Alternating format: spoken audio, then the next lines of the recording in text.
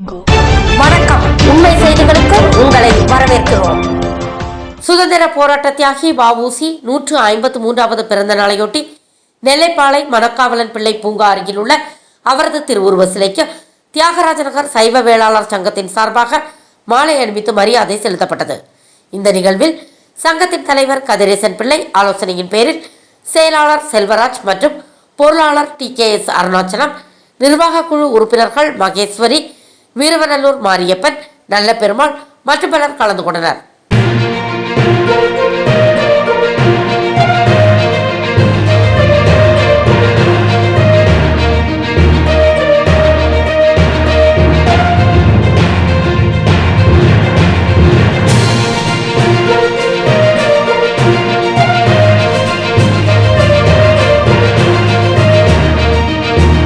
Thanks for watching உண்மை செய்திகள்.